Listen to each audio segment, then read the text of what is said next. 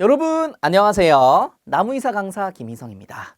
자, 드디어 생리학이 끝났죠. 그렇죠? 여러분들 너무너무 고생 많으셨어요. 제가 생각했을 때 나무이사에서 수목생리학이 35%에서 40%는 차지하고 있는 것 같아요. 내용의 분량도 그렇고 어려운 정도도 그렇고 굉장히 많은 부분을 차지하고 있는데 이제 생리학 끝내셨으니까 이제 여러분들 조금 더 긴장을 놓으시고, 긴장 아예 놓으시면 안 되겠죠. 긴장을 살짝은 놓으셔도 될 것 같아요. 이제 마음에 조금 여유를 두시고, 그렇게 공부하셔도 될 것 같습니다. 생리학 같은 경우는 너무 어려웠잖아요. 그쵸? 자, 생리학과 마찬가지로, 생리학 때 제가 첫 페이지에 이런 거 한번 보여드렸었잖아요. 그쵸? 마찬가지로 AI한테 한번 물어봤어요. 야, 너가 생각하는 토양의 이미지가 뭐야? 라고 물어보니까 요런 그림을 한 5초 만에 그려줬거든요. 이런 그림 5초 만에 그려줬는데 이렇게 보면은 AI 같은 경우에는 뭔가 토양에 대해서 연구를 진행하고 실측을 뭔가 하고 이런 팀으로 막 구성이 되어가지고 뭔가 고고학 관련 그런 느낌도 나요. 그쵸? 뭔가 문화재 발굴하고 약간 이런 느낌 나거든요. 하여튼 이런 느낌의 그림을 그려줬습니다. AI가 생각하는 토양은 이렇게 생각을 하나 봐요. 그쵸?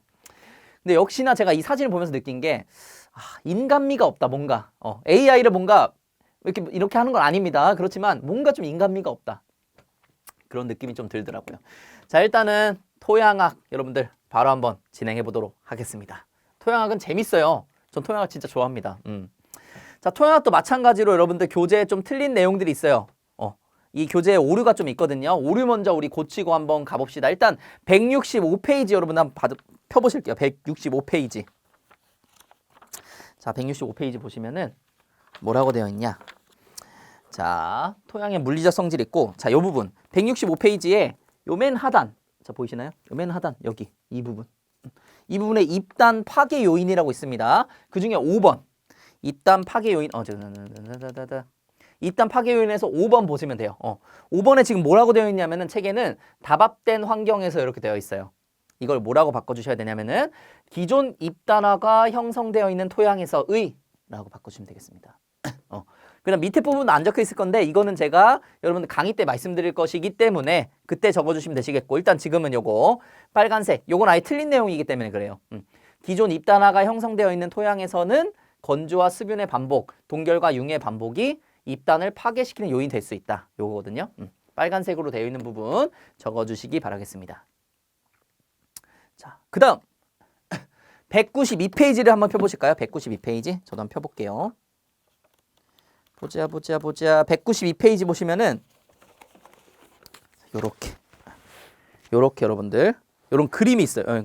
이쪽으로 가야 되나? 요런 그림이 있습니다. 그림이. 요 그림 보시면 되는데 그림에 기존에 뭐라고 적혀 있냐면은 CH3COOH- 이렇게 돼 있어요. 여기서 H를 빼주시면 됩니다.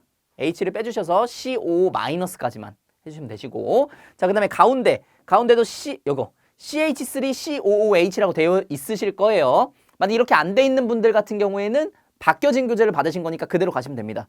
자, 여기 H 빼시고 마이너스 붙여주시면 됩니다. COO-. 자, 마지막 용액에도 CH3COOH- 되어 있을 거예요. 이것도 마찬가지로 H를 빼주시면 돼요. COO-까지. 요렇게만 바꿔주시면 됩니다. 요렇게만 바꿔주시면 됩니다. 오케이? 좋습니다. 자, 그러면 준비는 끝났어요. 이제 바로 시작을 해보겠습니다. 자, 우리가 수목 생리학에서와 마찬가지로 산림토양 같은 경우에도 전반적인 이해가 필요한 문제들이 출제가 돼요. 근데 이 수목 생리학과 좀 다른 점은 뭐냐면은 훨씬 더 난이도가 낮다. 몇 가지 중요한 개념들이 있거든요. 이 중요한 개념들만 여러분들이 확실하게 가져가시면 돼요. 오케이? 확실하게 가져가시면 된다. 자, 산림토양은 이해가 어쨌든 필요한 과목이다. 이런 거. 자, 첫 번째 보겠습니다. 토양의 개념 파트 먼저 봐볼게요. 토양의 개념 파트. 여기서 문제는 나오진 않았어요. 문제는 나오진 않았지만 우리가 토양이 뭔지는 알고 가야 되겠죠. 당연히. 자, 한번 보겠습니다. 토양의 정의와 특성 133페이지 보시면 되겠습니다. 자, 이제 토양학 본격적으로 시작입니다. 자, 토양의 정의와 특성 요거 글 먼저 한번 읽어볼게요. 토양이란 모재가 되는 각종 암석이 여러 가지 자연작용에 의하여 쌓인 뒤라고 되어 있는데, 모재라는 게 뭘까요? 모재. 여러분, 모재는요, 어미모자라고 생각을 하시면 돼요. 엄마다. 뭔가 어떤 토양을 이루는 것에 엄마의 역할을 해주는 녀석이 바로 이 모재가 됩니다. 모재 같은 경우 이런 큰 암석 덩어리라고 생각하시면 돼요. 그리고 이 암석 덩어리가 이런 여러 가지 자연작용에 의해서 풍화가 발생하게 되겠죠. 깎여져 나가는 거, 깎여져 나가가지고 결국에 이런 알갱이가 되는 거예요. 오케이? 그렇게 이해하시면 돼요. 자, 그 다음에 요게 이제 쌓입니다. 쌓인 다음에 표면에 유기물질들이 혼합이 되면서 여러 가지 토양 생성 인자의 영향을 받은 지표면의 얇고 부드러운 층으로서 토양 생성 인자인 환경과 평형을 이루려고 끊임없이 변화하고 있는 자연체를 말한다. 자, 여기 이렇게 토양 입자들이 풍화가 깎여 나와가지고 토양 입자들이 이렇게 쌓였어요. 쌓인 다음에 여기에 뭐가 쌓이냐면 이제 추가적으로 여기에 유기물질들, 무기영양소들이 쌓이는 겁니다. 그래서 우리 비빔밥 만드는 것처럼 비빔밥도 밥만 있으면 안 되잖아요. 그쵸? 밥만 있으면 안 되고 여기에 뭐 야채도 들어가야 되고 버섯도 들어가야 되고 그다음에 콩나물 들어가야 되고 뭐 소스 들어가야 되고 이런 거 들어가야 되잖아요. 그쵸? 이런 것들이 다 포함이 되어 있는 게 토양이다. 이렇게 포함이 되어 있는 게 토양이다. 자, 다시 한번 말씀드리겠습니다. 모재가 있어요. 모재. 이런 토양에 엄마뻘 되는 녀석이 있습니다. 거대한 암석이고요. 이게 풍화가 돼서 토양 입자들이 만들어지고 여기에 다양한 유기물질들, 그 다음에 무기영양소들이 짬뽕이 된다. 짬뽕이 되면 그걸 토양이라고 하고요. 토양이라고 하고 더 직관적으로 여러분들이 잘 이해하시기 위해서는 이 정의가 굉장히 좋을 것 같아요. 자, 여러분들 땅 있잖아요. 땅. 땅이 뭡니까? 바다를 제외한 나머지 부분은 다 땅이라고 불러요. 다. 바다를 제외한 나머지 부분들은 다 땅이라고 부른단 말이에요. 그쵸? 그쵸, 여러분들? 자, 근데 이 땅 중에서 식물이 살 수 있는 땅을 뭐라고 하냐면 우리가 토양이라고 합니다. 전체 바다를 제외한 모든 부분을 땅이라고 하는데 이 중에서 식물이 살 수 있는 땅을 토양이라고 합니다. 이게 가장 여러분들 직관적으로 이해하시기가 쉬울 거예요. 자, 이렇게 토양의 개념을 좀 가져가시고, 자, 토양의 기능, 이것도 시험에 나올 확률은 극히 드뭅니다. 극히 드문데 일단 한번 볼게요. 자, 토양이 있음으로 인해서 우리가 작물의 생산성을 뭐 늘리든지 줄이든지 할 수가 있어요. 토양이 좋으면 당연히 작물을 잘 많이 수확할 수가 있겠죠. 자, 그 다음에 분해자의 역할. 저는 이게 굉장히 중요하다고 생각하는데, 자, 여러분들 잘 생각해 볼게요. 저희 아빠가 밭을 굉장히 오랫동안 지금 뭐 운영을 한다긴 좀 그런데 밭농사를 굉장히 오랫동안 짓고 계세요. 굉장히 오랫동안 짓고 계신데 이 밭에 굉장히 약간 뭐라고 해야 돼? 피해를 주는 녀석들이 있습니다. 피해를 주는 녀석들. 멧돼지도 있고 진짜 멧돼지 봤어요, 저는. 멧돼지도 있고 고라니도 있고 그 다음에 들깨들. 보통 이렇게 3종 세트로 있단 말이에요. 멧돼지 혹은 고라니, 들깨 이런 녀석들이 밭을 다 쑤셔 놓습니다. 그래서 아빠가 뭘 놓냐면은 요 올물을 놔요. 올물을 딱 이렇게 설치를 해둡니다. 트랩을 설치를 해두는 거죠. 트랩을 설치해두면은 자, 보통 들깨 같은 경우에는 이 올물에 걸리면 가만히 있어요.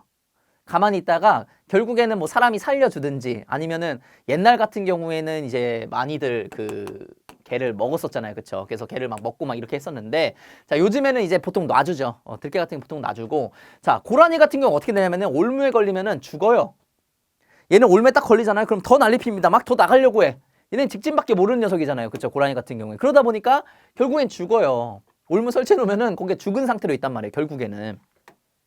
자, 이런 죽은 고라니들이 시간이 지나면은 어떻게 되죠? 분해가 된단 말이에요. 그쵸? 그 뼈조차도 분해가 된단 말이에요. 근데 만약에 토양이 없어가지고 이 분해자의 역할을 하지 않는다고 생각을 해볼게요. 자, 여러분들 아까 그 고라니부터 시작해가지고 죽은 동물들을 우리가 밟으면서 살아야 될 수도 있어요. 우리 지금 땅은 굉장히 깔끔하잖아요. 그쵸? 우리 보도블록 굉장히 깔끔하고 심지어 밭에 가도 밭 작물 외에는 별로 밟을 게 없잖아요. 그쵸? 근데 그 밭의 작물들 제외하고 다 이 고라니들, 멧돼지들, 개들 죽은 시체로 다 이렇게 쭉 있다고 생각을 해봐요. 그쵸? 말도 안 되는 세상이죠. 말도 안 되는 세상. 보통 그런 것들을 분해하는 것이 누가 분해하게 되냐면은 토양 속의 미생물들. 토양 속의 미생물들은 이런 거대한 유기물질들을 자기가 먹을 수 있는 형태, 굉장히 작은 형태로 분해를 합니다. 분해를 하기 때문에 우리가 이런 것들이 이제 볼 수가 없는 거예요. 그런 사체들을. 이 녀석들이 다 분해를 해주기 때문에. 그래서 토양의 미생물들이 이런 분해자의 역할을 해줌으로 인해서 굉장히 중요한 역할을 하고 있고 자, 그 다음에 식물과의 공생관계 사실 우리가 토양학에서 지금 배우는 내용들이 다 요거 때문이죠. 토양학을 배우는 이유가 식물을 살 수 있게 해주는 식물이 얻는 영양분들을 다 가지고 있는 녀석이 바로 이 토양이잖아요. 그쵸? 토양과 식물은 서로 공생관계에 있고 자, 뿌리의 양분 흡수 촉진 및 생장을 억제하는데 자, 예를 들어서 식물이 공중에 떠 있다고 볼게요. 토양에 이렇게 박혀 있는 게 아니고 공중에 이렇게 떠 있다고 보겠습니다. 그럼 양분을 흡수할 수가 있을까요? 물론 이산화탄소라든지 대기 중에 있는 산소는 뭐 흡입을 할 수가 있겠죠. 하지만 이런 거를 제외하고 나머지 영양분들은 흡수할 수가 없을 것이다. 풍부한 질소 분자의 고정 등, 자 이렇게 되어 있는데, 자 방금 말씀드렸다시피 이산화탄소, 그 다음에 물, 그 다음에 또 뭐가 있을까요? 또 산소, 이런 녀석들을 통해서 우리가 뭐를 얻을 수가 있냐면은 CHO는 얻을 수가 있어요. 기본적으로 녀석들은 쉽게 얻을 수가 있습니다. 근데 이 녀석들은 그래서 보통 무기영양소라고 치지도 않아요. 자, 무기영양소 중에서 가장 많이 필요한 녀석이 누구냐면 이 질소입니다. 질소. 질소 같은 경우에는 대기에 있지만 대기에 이렇게 3단 결합, 3중 결합을 한 상태로 있어서 보통 이용을 할 수가 없단 말이에요. 그래서 요거를 누가 보통 이용을 하느냐? 토양에 살고 있는 질소 고정균들. 질소 고정균들로 인해서 이 질소를 이용할 수 있게끔 형태가 바뀐다고 했어요. 그쵸? 우리 생리학에서 정말 많이 배웠었죠. 그쵸? 그래서 이런 질소 분자를 고정하는 것도 이 토양의 기능 중에 하나가 되겠다. 시험에 나오진 않지만 이런 것들이 있다 보시면 될 것 같습니다. 자, 그 다음에 바로 넘어갔어요. 지금 토양의 정의와 특성 요거 한 장이면 됩니다. 자, 그 다음에 우리 화성암과 퇴적암, 변성암에 대해서 좀 배워보도록 하겠습니다. 화성암, 퇴적암, 변성암은 생성 원리에 따라서 나뉘어진 분류예요. 이 화성암 같은 경우에는 화산에서 만들어진 거예요. 마그마가 식거나 아니면 용암이 분출되면서 나온 거 화성암. 그 다음에 어쨌든 화산과 관련되어 있는 거고, 퇴적암 같은 경우에는 쌓인 거, 모래가 쌓이든 자갈이 쌓이든 아니면 뭐 사체가 쌓이든 이런 것들이 쌓이면 퇴적암이 만들어지는 거고, 그래서 우리가 보통 뭘 퇴적됐다 이렇게 얘기를 하는 거잖아요. 그렇죠? 그 다음에 이 화성암이나 퇴적암이 뭐 고온이라든지 높은 고온이라든지 압력을 받아서 변성된 암을 우리가 변성암이라고 합니다. 변성암이라고 합니다. 그래서 보시면은 대부분 이 화성암이 지각에서 약 95%를 차지하고 있어요. 지각에서 95% 차지하고 있고, 이 퇴적암 같은 경우에는 어디? 지표에서 75%를 차지하고 있어요. 그러니까 이게 무슨 말이냐면은, 자, 지구가 이렇게 있어요. 지구가 있으면은 이 빨간색이 표토잖아요. 표토. 그쵸? 표면에 있는 토양, 표토. 이 표토에는 대부분 쌓여있는 퇴적암이 많고요. 그 다음에 이 안쪽을 구성하는 지각, 우리가 지각이라고 하잖아요. 그쵸? 이 지각 같은 경우에는 화성암이 많다. 여러분 직관적으로 생각해도 그렇게 나오지 않을까요? 그쵸? 화성암 같은 경우에는 땅 아래 마그마가 식어서 만들어지는 것이 많기 때문에 그렇게 보통 차지하고 있다. 그래서 요 세 가지를 보통 나눠볼 수가 있습니다. 오케이, 좋아요. 자, 화성암을 한번 구분을 해볼게요. 화성암이 가장 중요해요. 화성암은 우리 배우는 것 중에서 가장 중요하거든요. 우리 아까 전에 이 모제라는 걸 한번 배웠었죠. 그쵸? 모제가 되는 암석이 있는데, 모제가 되는 암석 대부분이 화성암입니다. 화성암. 화산으로부터 만들어진 화성암. 자, 화성암의 정의, 화산의 마그마가 식어서 만들어진 암석이고요. 화성암을 구성하는 주요 광물이 있습니다. 이 화성암은 뭐 여러 가지 화성암들이 있겠어요. 여기 보시면 현무암도 있고 섬로암도 있고 화가암도 있고 이런데, 이런 암석들을 구성하고 있는 기본 암석들이 있어요. 기본 암석들. 기본 암석들을 뭐라고 하냐면 우리가 6대 조암 광물이라고 불러요. 그래서 6개의 요런 화성을 만드는 기본이 되는 암석들이 있는데, 그 녀석들을 우리가 6대 조암 광물이라고 부르고요.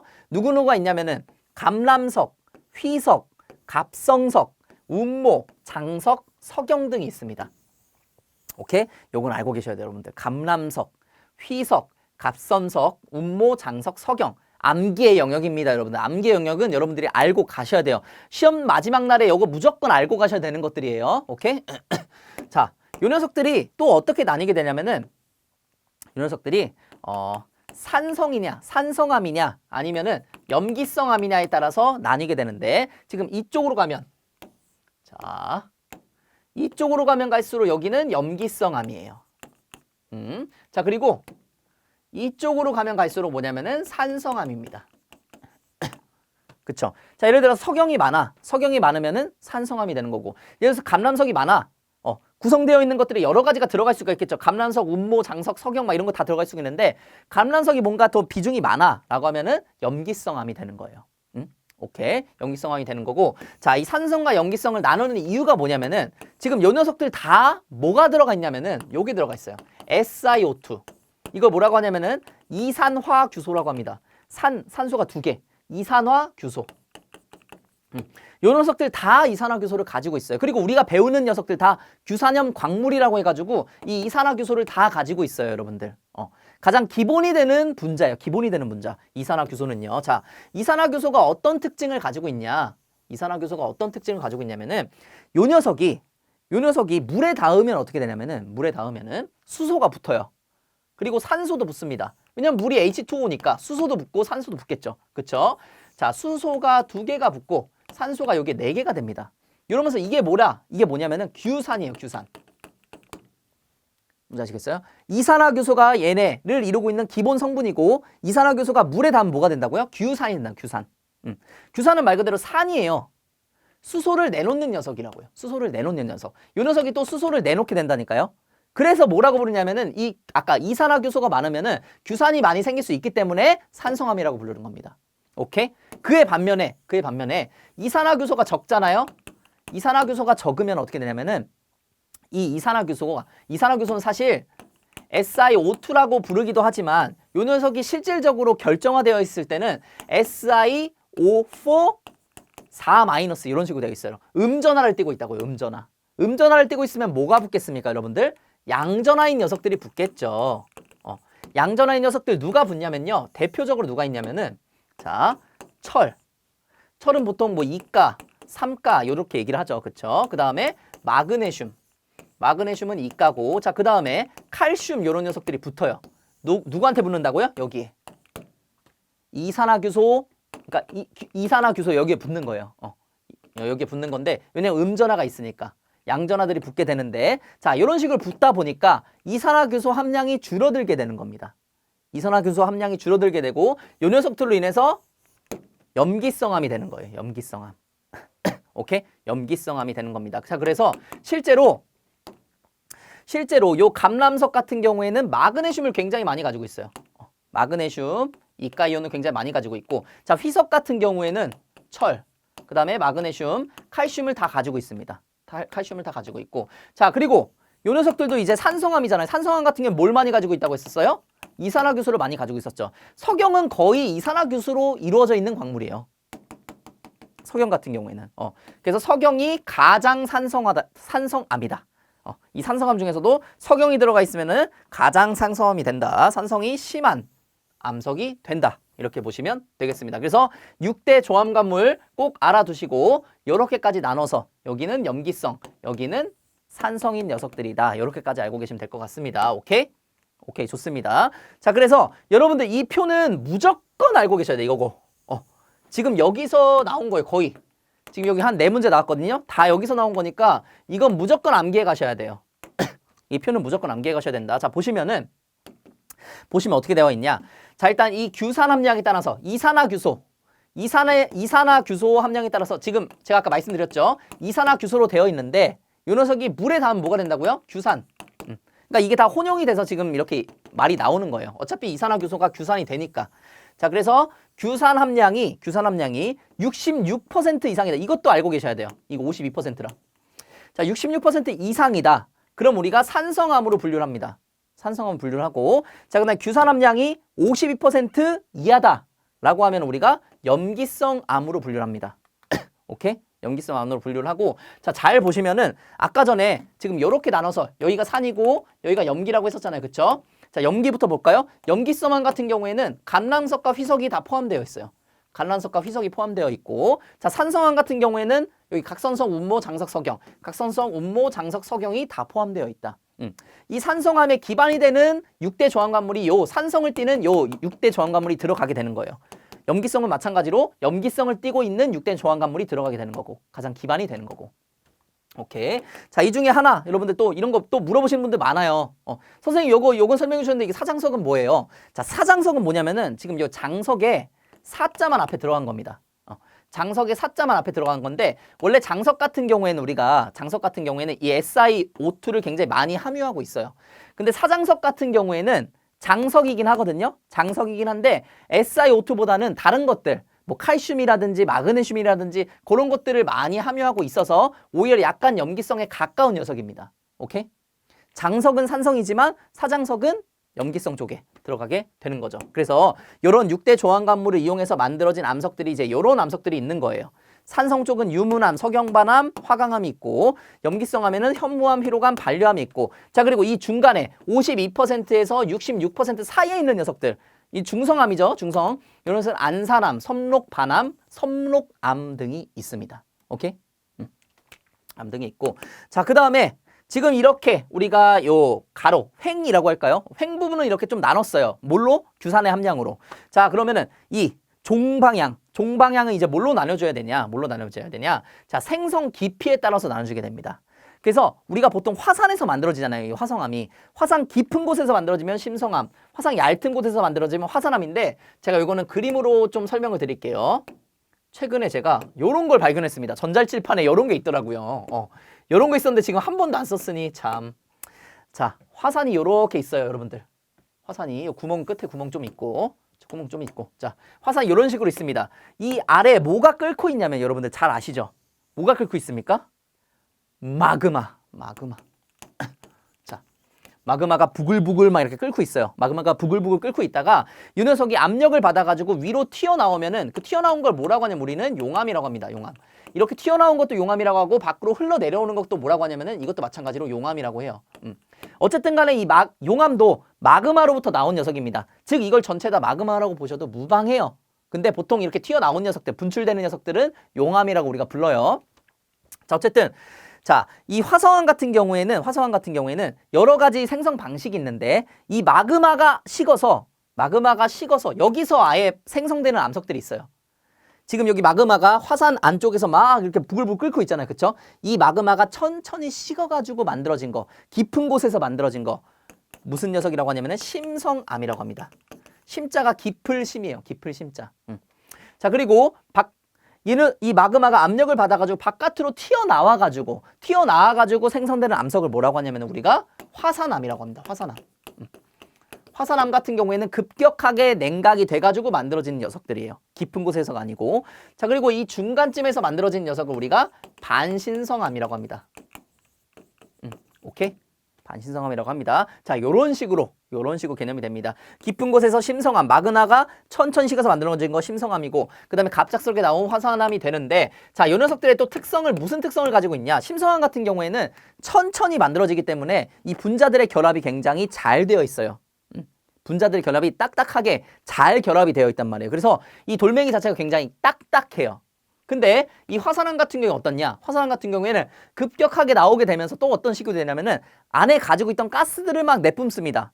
그 대표적으로 여러분들 현무암 있잖아요. 현무암 구멍 숭숭숭 뚫려 있죠. 이거 왜 뚫려 있는 거냐면은 가스가 빠져나온 구멍인 거예요. 그리고 잘 부스러집니다. 이런 녀석들 같은 경우에는 분자의 결합이 강하지 않기 때문에. 하지만 심성암은 어떻다고요? 분자의 결합이 굉장히 잘 돼 있어요. 그래서 굉장히 딱딱하다. 풍화에 강하다. 오케이, 좋습니다. 자, 그러면 이거 지우고 다시 한번 돌아가려면은 요렇게 돌아갔었죠. 오케이. 굿. 좋아요. 가끔 써야겠어요. 자, 좋습니다. 어쨌든 깊은 곳에서 생기는 게 심성암. 그 다음에 이 얇은 곳에서 화산 거의 끄트머리 생기는 게 이 화산암이 됩니다. 자, 그래서 요렇게 구분도 여러분들 알고 계셔야 돼요. 일단 산성암인데 이 마그마 깊은 곳에서 화산이죠. 화산 깊은 곳에서 생성된 것은 화강암이다. 화강암. 오케이? 화강암. 그래서 굉장히 딱딱하고 비중이 높고 풍화에 강하고 화강암. 그 다음이 석영반암이 되겠습니다. 석영반암. 우리 아까 전에 산성암 중에서 요 석영이 있다고 했었잖아요. 그쵸? 석영으로 만들어진 석영반암입니다. 석영이 화성암화되면은 석영반암이 되는 거예요. 석영에 이것저것 조금씩 포함이 된 그런 암석이겠죠. 그쵸? 석영반암 같은 경우에는 반신성암, 중간 정도. 자, 그 다음에 가장 얇게, 생성 깊이가 가장 얇은 거 유문암이라고 합니다. 유문암. 그래서 뭐 유석화 막 이렇게 해도 되는데 이렇게 괜히 했다가 나중에 헷갈려요. 우리 이런 거는 나중에 쓸만한 것들이 있거든요. 그것만 딱 외워가도록 합시다. 이런 것들은 그냥 우리 암기합시다, 여러분들. 그게 좋을 것 같아요. 이게 한 글자씩 외우는 게 좋은 방법일 때가 있고 안 좋은 방법일 때가 있는데 지금 이렇게 나무의사 같이 굉장히 범위가 넓은 것들에서는 이렇게 한 글자씩 외우는 게 굉장히 위험할 때가 있어요. 굉장히 위험할 때가 있습니다. 너무 이렇게 다 외우시면 안 돼요, 여러분들. 자, 하나하나씩 보시면 좋을 것 같습니다. 자, 염기성암 같은 경우에도 우리가 가장 얇트돼서 만들어지는 거 화산암. 가장 위에 꼭대기에서 만들어지게 되면서 가스가 분출된다고 했었죠. 그쵸? 분출되면서 구멍이 생긴 요 현무암이 되겠고 가장 안쪽에서 만들어지는 게 반려암. 그 다음에 가운데가 휘로감이 되겠습니다. 자, 그 다음에 준성암 중에서 가장 생성 깊이가 얇은 거는 안산암. 안산암. 자, 그 다음에 깊은 거는 섬록암. 그 다음에 섬록반암. 섬록암, 섬록반암은 좀 외우기 쉽겠죠? 오케이. 무조건 요 표는 뭐라고요? 중요합니다. 무조건 알고 계셔야 돼. 네. 무조건 알고 계셔야 돼요. 무조건 알고 계셔야 돼. 자, 좋습니다. 자, 그 다음에 지금 요거는 화성암이 규산을 얼마나 가지고 있냐, 생성 깊이가 얼마나 되냐에 따라서 나눈 표잖아요. 그쵸? 자, 시험에 또 뭐가 한 문제 나왔었냐면은 이 퇴적암도 같이 나왔어요. 화성암이랑 퇴적암을 같이 주어주고 이 중에서 가장 SiO2, 이산화탄소가 적은 암석을 골라라. 이런 문제가 나왔어요. 자, 답이 뭐였냐면 요 석회암이었습니다. 석회암. 자, 우리 이거 바로 뒤에 퇴적암에 대해서 배울 건데, 자, 퇴적암은 무언가가 퇴적돼서 만들어진 거라고 했어요. 무언가가 쌓여져서 만든 건데, 이 사암 같은 경우는 뭐냐? 모래가 쌓여져서 만든 겁니다. 모래가 쌓여져서 만든 거고, 요 녀석 같은 경우는 규산이 60에서 70%나 돼요. 굉장히 많고. 자, 석회암 같은 경우에는 1%밖에 안 되는데, 이게 왜 그러냐? 사암 같은 경우에는 모래에 의해서 만들어진 퇴적암이라고 했었잖아요. 그쵸? 자, 모래 모재가 되는 암석이 누구냐면 석영이에요. 근데 석영 뭐라고 했습니까? 규산 굉장히 많이 함유하고 있죠. 그쵸? 이 어미가 되는 암석 자체의 규산 함량이 많으므로 얘가 깎여서 만들어진 요 사암, 깎여서 만들어진 모래가 퇴적돼서 만들어진 요 사암은 당연히 규산 함량이 많겠죠. 자, 그럼 석회암도 우리가 좀 약간 추정을 해볼 수가 있습니다. 석회암 같은 경우에는 그러면은 뭐 감람석 이런 게 들어간 건가? 아니요. 석회암 같은 경우에는 CaCO3, 탄산칼슘에 의해서 생성된 녀석이기 때문에 아예 이 규산의 함량이 거의 없어요. 이 석회암 같은 경우에는 규산의 함량이 거의 없다. 규산염 관물이라고 보기가 좀 힘듭니다. 이 녀석 같은 경우에는. 오케이. 자, 퇴적암. 우리가 퇴적암과 변성암에 대해서도 이제 배워야 되는데, 퇴적암에 대해서는 누가 있느냐? 퇴적암은 종류가 3가지로 나눠볼 수가 있어요. 쇠설적 퇴적암, 화학적 퇴적암, 유기적 퇴적암 3가지로 나눠볼 수가 있는데, 쇠설성이라는 것은 우리가 풍화에 의해서 만들어진 퇴적암을 얘기를 하는 겁니다. 기존 암석이 풍화 침식을 받은 뒤에서 받은 기존 모재가 풍화 침식을 받아가지고 쌓여서 만들어진 거, 요게 바로 쇠설성 퇴적암이고, 자, 자갈이 쌓이면은 여암, 모래가 쌓이면 사암, 그 다음에 우리가 모래보다 조금 더 작은 알갱이를 보통 미사, 실트라고 하거든요. 요런 게 쌓인 것을 이암이라고 하고, 그 다음에 점토가 쌓인 것을 셰일이라고도 하고, 또 뭐라고도 하냐면은 혈암이라고도 해요. 혈암. 한국말로는 혈암이라고도 하고, 근데 셰일을 더 많이 써서 셰일이라고 일단 적어놨습니다. 오케이, 좋아요. 자, 그 다음에 쇠설성 퇴적암 하나만 더 말씀을 드리면 여러분들, 산이 이렇게 있잖아요. 산. 자, 산이 이렇게 있습니다. 그리고 여기에 바다가 있어요. 바다. 자, 산에서 모재가 굴러 떨어집니다. 굴러 떨어지면서 큰 덩어리들이 가장 위에 있어요. 큰 덩어리들이 가장 위에 있는데 이걸 뭐라고 생각하시면 되냐면 여감. 자갈이 모인 여감이라고 생각하시면 되고, 이것들이 떨어지면서 점점점 부서지게 되겠죠. 그쵸? 부서지면서 뭘 만들어내요?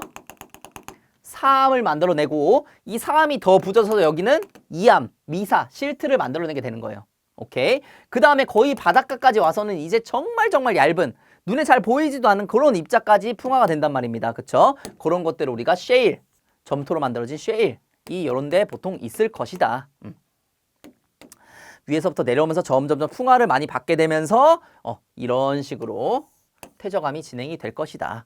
오케이. 자, 그 다음에 화학적 퇴적암이 있습니다. 화학적 퇴적암은 물속에 녹아있던 물질들이 침전되어서 형성되어 있는 암석입니다. 자, 여러분들, 바닷물, 여기 물이라는 건 당연히 바닷물이겠죠. 그렇죠? 바닷물에 가장 많은 성분이 뭐냐면은 염소, Cl 염소. 자, 그 다음에 나트륨, 그 다음에 뭐 칼슘도 있고요, 마그네슘도 있고요, 그 다음에 보통 보통 이런 식으로 들어가 있단 말이에요.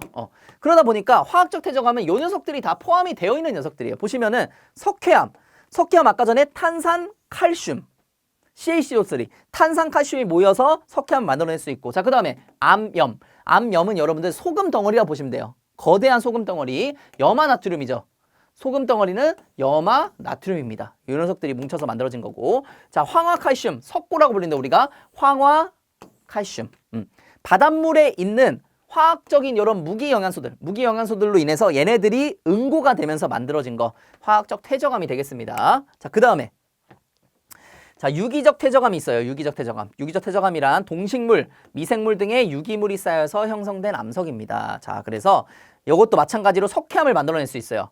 화학적 퇴적암에 의해서도 석회암을 만들어낼 수가 있습니다. 화학 성분에 의해서도 만들어낼 수가 있지만, 자, 여러분들 그 바닷속에 조개라든지, 조개 껍질 굉장히 막 단단하잖아요. 그렇죠? 조개라든지 해초라든지 이런 녀석들 같은 경우에는 뭘 가지고 있냐면은 탄산, 석회질을 가지고 있어요. 석회질. 이런 녀석들이 석회질을 가지고 있고, 이런 녀석들이 죽어요. 죽은 다음에 쌓이면 또 뭐가 만들어져요? 석회암이 만들어집니다. 그래서 석회암에 막 조개 껍질 막 박혀 있고 이런 거 많이 보신 적 있으시잖아요. 그렇죠? 오케이, 좋습니다. 자, 그다음에 처트.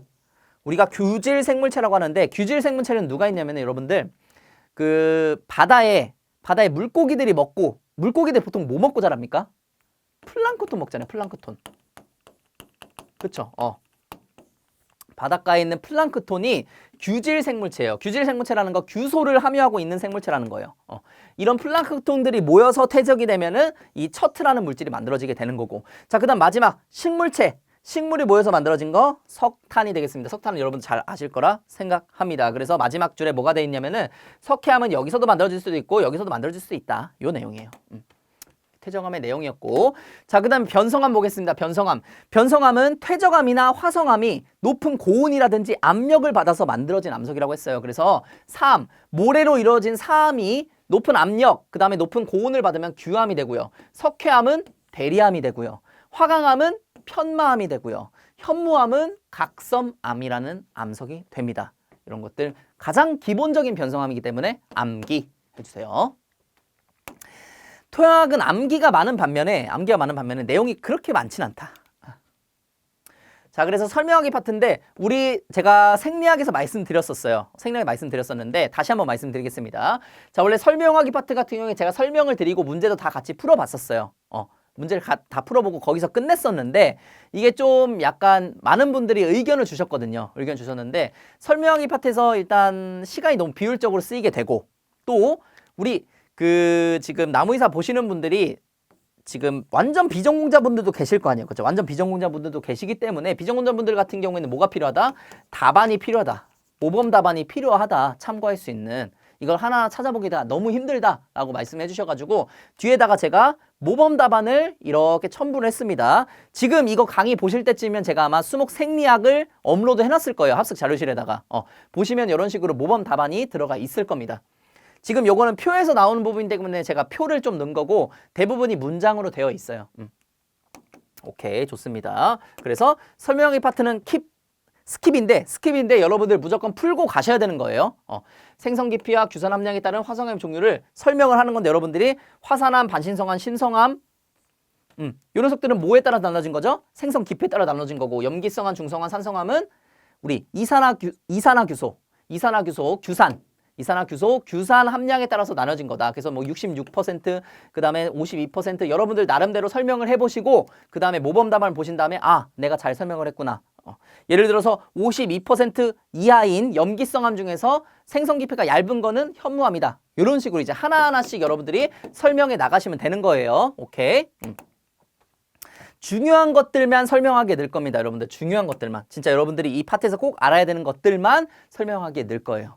그러니까 꼭 한번 설명해 보시고 여러분들 머릿속에 넣길 바라겠습니다. 이제부터 강의에서는 이렇게 언급드리지 않을 거예요. 바로 슈행 넘어갈 겁니다, 여러분들. 자, 그럼 문제 바로 한번 풀어보겠습니다. 문제 바로 풀어볼게요. 자, 5회 때 기출된 문제고 76번. 마그마로부터 형성된 대표적인 암석은, 자, 마그마로부터 형성된 암석이 무슨 암석이에요? 우리 화성암과 그 다음에 퇴적암과 그 다음에 변성암 이렇게 세 가지 배웠잖아요. 마그마로부터 생성된 거, 화산으로부터 생성된 거, 우리 화성암이라고 했잖아요. 화성암. 자, 이 중에 화성암 찾으시면 됩니다. 석회암 뭡니까? 석회암 퇴적암. 탄산칼슘이 퇴적돼서 퇴적암. 자, 혈암은 뭡니까? 퇴적암. 혈암 같은 경우는 우리 아까 전에 셰일, 점토가 퇴적돼서 만들어진 거. 셰일이라고도 하고 혈암이라고도 한댔잖아요. 그쵸? 자, 그 다음에 전판암. 전판암은 요거는 점토 광물이 모여서 생긴 점토 광물이 모인 퇴적암이라고 보시면 돼요. 그래서 이것도 아니고. 자, 그다음에 편마암은 변성암입니다. 변성암이고. 자, 화강암이 이제 압력이랑 고온을 받아서 만들어진 게 편마암이죠. 자, 그다음에 현무암 뭐였어요? 오케이. 현무암은 화성암이 맞아요. 여기 답이 될 수 있는데, 자, 여러분 한번 현무암 얘기해 봅시다. 현무암은 우리 염기성암이었어요? 산성암이었어요? 자, 규산 함량이 52% 이하인 염기성 암이었고요. 자, 그 다음에 생성 깊이는 얇았어요, 깊었어요?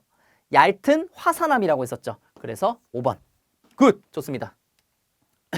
자, 77번. 암석의 평균 화학 조성 중 SiO2, 이산화규소, 규산, 함량이 가장 낮은 암석은 함량이 낮다는 건 뭡니까? 염기성 암이라는 건데 여기서 많이 이제 틀릴 수가 있습니다. 우리가 보통 염기성 암이라고 하면은 자, 다시 표를 봐볼게요. 염기성 암이라고 하면 현무암, 휘로감, 반려암 생각을 하셨을 거예요. 그래서 현무암, 휘로감, 반려암. 자, 현무암, 휘로감, 반려암 중에서 현무암이 나왔네요. 그럼 현무암을 찍어주셨을 것 같은데 그게 답이 아니라는 거죠. 여기서 답은 뭐였냐면은 석회암이었습니다. 현무암은 적어도 규산형 광물이에요. 규산으로 만들어진 광물인데 이 석회암은 아예 규산형 광물 자체가 아니라는 거죠. 1%도 안 들어가 있는 녀석인 거예요. 오케이?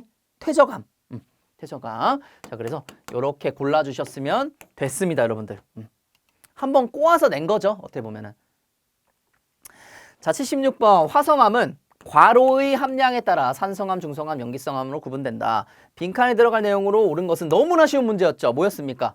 뭐의 함량에 따라서 산성, 중성, 염기성이 됐었어요? SiO2, 이산화규소. 요거 2번. 자, 그 다음에 77번 이산화규소 함량이 66% 이상인 산성암은 무엇이냐? 자, 산성암 누구누구 있었습니까? 여러분들 기억나세요? 다시 한번 표 보시면 돼요.